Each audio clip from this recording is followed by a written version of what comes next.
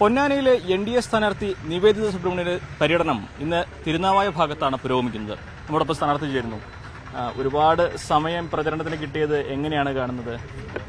നമ്മളെ സംബന്ധിച്ച് പരമാവധി അത് ഉപയോഗിക്കാനും ജനങ്ങൾക്കിടയിലേക്ക് കൂടുതൽ നമ്മുടെ സന്ദേശം എത്തിക്കുവാനുമായിട്ട് ഉപയോഗപ്പെടുത്തും എന്നുള്ളതാണ് നമുക്ക് പറയാനുള്ളത്. കാരണം കിട്ടുന്ന സമയം ശരിക്കും പറഞ്ഞു കഴിഞ്ഞാൽ എന്നെപ്പോലെ ഒരു സ്ഥാനാർത്ഥിക്ക് NDAയുടെ പ്രവർത്തനം ഓരോ നിമിഷവും നമുക്ക് വളരെയധികം പ്രാധാന്യമുള്ളതാണ്.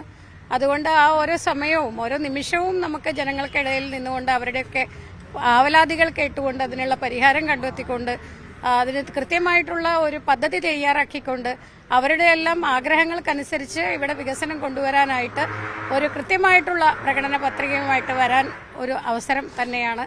അത് പൂർണ്ണമായിട്ടും ഉപയോഗപ്പെടും. പൊന്നാനിയിൽ എന്തെല്ലാം കാര്യങ്ങളാണ് വോട്ടർമാരെ പങ്കുവയ്ക്കുന്നത്? ഇവിടെ നമ്മൾ ഫോക്കസ് ചെയ്യുന്ന പോയിന്റുകൾ എന്തൊക്കെയാണ്? നോക്കൂ, ഇവിടെ നിരവധിയായിട്ടുള്ള വികസനത്തിനുള്ള ആവശ്യങ്ങൾ, വികസനപരമായിട്ടുള്ള കാര്യങ്ങൾ ആവശ്യങ്ങൾ ഉന്നയിക്കുന്നുണ്ട്. തീരദേശ മേഖലയിൽ ചെന്നപ്പോൾ അവിടെയുള്ളവരുടെ നിരവധിയായിട്ടുള്ള കേന്ദ്ര പദ്ധതികൾ തീരദേശ മേഖലയ്ക്കായിട്ട് കൊണ്ടുവന്നിട്ടുണ്ടെങ്കിലും അതൊന്നും കൃത്യമായിട്ട് അവിടെ എത്തുന്നില്ല. കോളനികളിൽ പോകുമ്പോൾ കോളനികളുടെ വികസനത്തിനായിട്ട് അംബേദ്കർ പദ്ധതിയിലൂടെ കൊണ്ടുവന്ന തുക പോലും കൃത്യമായിട്ട് വിനിയോഗിക്കാതെ കോളനികളുടെ വികസനം സാധ്യമാകുന്നില്ല. അപ്പോൾ ലഭിക്കുന്ന തുക കൃത്യമായിട്ട് അവരിലേക്ക് എത്തിക്കുവാൻ ഇവിടെയുള്ള ഒരു അധികാരികളും പരിശ്രമിക്കുന്നില്ല എന്നുള്ളത് വലിയ ഒരു പരാതിയായിട്ട് നമ്മുടെ മുമ്പിൽ വന്നിട്ടുണ്ട്. തീർച്ചയായിട്ടും നമ്മുടെ എല്ലാ വികസനം, അതായത് എല്ലാ സാധാരണക്കാരുടെയും വികസനം ഉറപ്പാക്കുക എന്നുള്ളതാണ് നരേന്ദ്രമോദി സർക്കാരിന്റെ ലക്ഷ്യം എന്നുള്ളത് കഴിഞ്ഞ കാലത്തെ അദ്ദേഹത്തിന്റെ പ്രവർത്തനം, നരേന്ദ്രമോദി സർക്കാരിന്റെ പ്രവർത്തനം കൊണ്ട് നമുക്ക് വ്യക്തമായിട്ടുണ്ട്.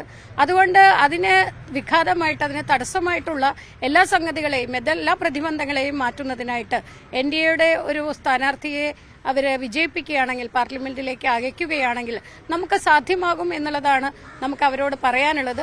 അത് തന്നെയാണ് പറഞ്ഞുകൊണ്ടിരിക്കുന്നത്. കാരണം നമ്മൾ ആഗ്രഹിക്കുന്ന രീതിയിൽ ഗ്രാമങ്ങളുടെ വികസനം, പ്രത്യേകിച്ച് ഇവിടെ പൈതൃക സമ്പത്തുള്ള അല്ലെങ്കിൽ ഒരു സാംസ്കാരികപരമായിട്ടും വളരെയധികം ഉന്നതിയിൽ നിൽക്കുന്ന ഒരു പ്രദേശത്തെ എത്രയധികം വികസനത്തിലേക്ക് നമുക്ക് എത്തിക്കാൻ സാധിക്കുമോ അത്രയും നമുക്ക് വികസനത്തിന് സാധ്യമാണ് എന്നുള്ളതും അത് സാധിച്ചെടുക്കാൻ നമുക്ക് കരുത്തുണ്ട് എന്നുള്ളതും ജനങ്ങൾക്ക് ബോധ്യമാകുന്നിടത്താണ് യഥാർത്ഥത്തിൽ നമ്മുടെ വിജയം ഉറപ്പാകുന്നത്. നമുക്കറിയാം, പൊന്നാനി എന്ന് വെച്ചാൽ ലീഗിന്റെ ഒരു കോട്ടയാണ്. കാലങ്ങളായിട്ട് ലീഗ് മാത്രം ജയിച്ചു കയറുന്ന ഒരു മണ്ഡലമാണ്.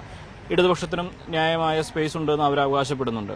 ഇവിടെ BJPക്ക് എന്താണ് നേടാൻ കഴിയാന്നാണ് പ്രതീക്ഷിക്കുന്നത്?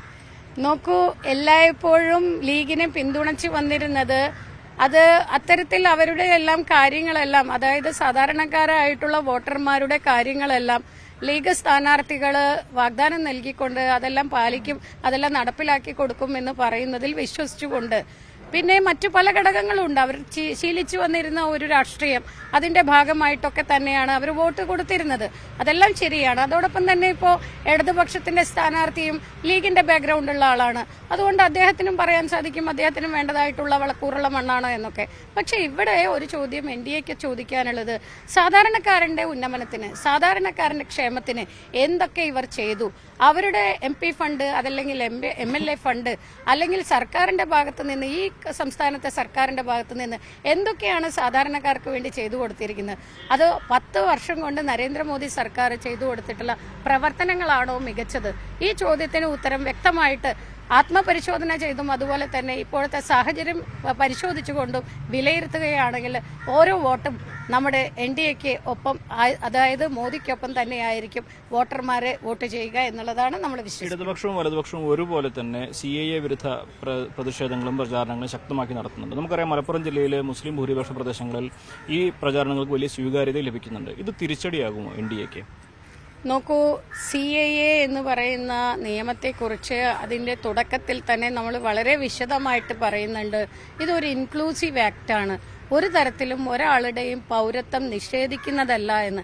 പക്ഷെ നമുക്കറിയാം, കേരളത്തിലെ രാഷ്ട്രീയവും കേരളത്തിലെ ഒരു നിലപാടുകളും എപ്പോഴും വോട്ട് ബാങ്ക് രാഷ്ട്രീയത്തിനായി ഈ സാധാരണക്കാരായിട്ടുള്ള വോട്ടർമാരെ വഞ്ചിച്ചുകൊണ്ട് മുന്നോട്ട് പോകുന്ന ഒരു രീതിയാണ്, ഒരു സമീപനമാണ് അവർ സ്വീകരിച്ചുകൊണ്ടിരിക്കുന്നത്. നമുക്കറിയാം, 6 മതരാഷ്ട്രങ്ങളിൽ നിന്ന്, അതും ഒരു കാലത്ത് ഒന്നിച്ചു നിന്നിരുന്ന നമ്മുടെ സഹോദരന്മാര് അവിടെ പീഡനമേറ്റതുകൊണ്ട് ഇവിടേക്ക് ഓടി വരേണ്ടി വന്നു. അവർക്ക് അവിടെ ഒരു ശരണവുമില്ല. അവർക്കൊരു മതം അവരുടെ അവരുടെ വ്യത്യാസമാണ് എന്നുള്ളത് കൊണ്ട് മാത്രം അവിടെ പീഡനം ഉണ്ടായിട്ടുള്ളതാണ്.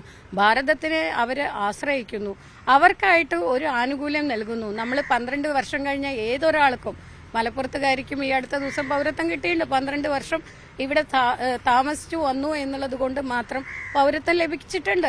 ഇത്തരത്തിലുള്ള നിയമങ്ങൾക്ക് യാതൊരുവിധ മാറ്റവും ഉണ്ടായിട്ടില്ല. അഡീഷണൽ ആയിട്ട് കൂടുതൽ ആളുകളിലേക്ക് അല്ലെങ്കിൽ ആശ്രയം തേടി വന്ന കുറച്ചു പേർക്ക് കൂടി അത് ലഭ്യമാക്കി കൊടുത്തുകൊണ്ട് അവർക്ക് വേണ്ടതായിട്ടുള്ള, ഇപ്പോൾ അവരെ ചോപ്പടിയിലാണ് താമസിക്കുന്നത്, വളരെയധികം ശോചനീയമായിട്ടുള്ള അവസ്ഥയാണ്. അവരെ കൂടി നമ്മുടെ മാൻ പവറിൽ, ഹ്യൂമൻ റിസോഴ്സിലേക്ക് ആഡ് ചെയ്താലേ അവർക്കും വികസനം ഉറപ്പാക്കാൻ നമുക്ക് സാധിക്കും. അവരുടെയും വികസനം നമുക്ക് നമ്മുടെ രാഷ്ട്രത്തിന് ഒഴിവാക്കിയതിനാണ് പ്രതിഷേധം. അല്ല, അത് നോക്കൂ, അവരുടെ മത പീഡനമേറ്റവർക്ക് എന്ന് പറഞ്ഞിട്ടുണ്ട്. സ്വന്തം രാഷ്ട്രത്തിൽ മതവ്യത്യാസം കൊണ്ട്, അതായത് ഒരു മതരാഷ്ട്രത്തിൽ അവരവരുടെ മതത്തിന് പ്രാധാന്യമുണ്ട് എന്നുള്ളത് കൊണ്ട് മാത്രം വിവേചനം നേരിടേണ്ടി വന്നവർ ഭാരതത്തെ ആശ്രയിച്ചു. ഭാരതം ഒരു മതേതര രാഷ്ട്രമാണ് അന്നും ഇന്നും എന്നും. അതുകൊണ്ട് തന്നെ അവരെ ശരണം തേടി ഇവിടെ വന്നിട്ടുള്ളത് മതം അവരുടെ വ്യത്യാസമാണ് എന്നുള്ളത് കൊണ്ട് മാത്രമാണ്. അത്തരത്തിൽ മതവിവേചനം നേടിയെന്നവർക്ക് മാത്രം പ്രത്യേകമായ ആനുകൂല്യം. ഇനി മുസ്ലിം സഹോദരൻ ഇവിടെ വന്നു, അവർക്ക് ഈ 12 വർഷം താമസിച്ചാൽ, അവർക്ക് നിരന്തരമായി താമസിച്ചാൽ അവർക്ക് പൗരത്വം നിഷേധിക്കാൻ സാധിക്കില്ലല്ലോ. ജനങ്ങൾക്ക് ഈ ഒരു കാര്യം മനസ്സിലാക്കാൻ കഴിയുന്നു വരുന്നുണ്ടോ മലപ്പുറത്തും? നോക്കൂ, അതായത് നിങ്ങളെല്ലാം ഇതിന്റെ ഒരു പ്രചരണം നടത്തണമെന്നാണ് എനിക്ക് അഭ്യർത്ഥിക്കാനുള്ളത്. കാരണം പാവപ്പെട്ട സാധാരണക്കാരായ മുസ്ലിം സഹോദരന്മാര് അവരെ തെറ്റിദ്ധരിപ്പിക്കുന്നുണ്ടെങ്കിൽ തീർച്ചയായിട്ടും അത് ശരിയായ കാര്യമല്ല. അവരെ നമ്മൾ ഇത്തരത്തിൽ പമ്പര വിഡ്ഢികളാക്കരുത്. ആ ഒരു അഭ്യർത്ഥനയാണ് എനിക്ക് നിങ്ങൾക്ക് മുമ്പിൽ വെക്കാനുള്ളത്. എന്താണ് നമ്മൾ ഇത്തവണ പ്രതീക്ഷിക്കുന്ന നേട്ടം? എന്ത് മാറ്റം ഉണ്ടാക്കാൻ കഴിയും ഇന്ത്യയുടെ? നോക്കൂ, NDAയുടെ പ്രവർത്തനങ്ങള് എന്നും എപ്പോഴും ജനങ്ങൾക്ക് വേണ്ടി, ജനങ്ങളിൽ ഒരാളായിട്ട് പ്രവർത്തിക്കുന്ന സമാജ സേവകരെയാണ് NDAയുടെ അല്ലെങ്കിൽ BJPയുടെ അല്ലെങ്കിൽ സംഘപരിവാറിന്റെ ഒക്കെ ആളുകളെ നമ്മൾ ഇവിടെ വളർത്തിയെടുത്തിരിക്കുന്നത്.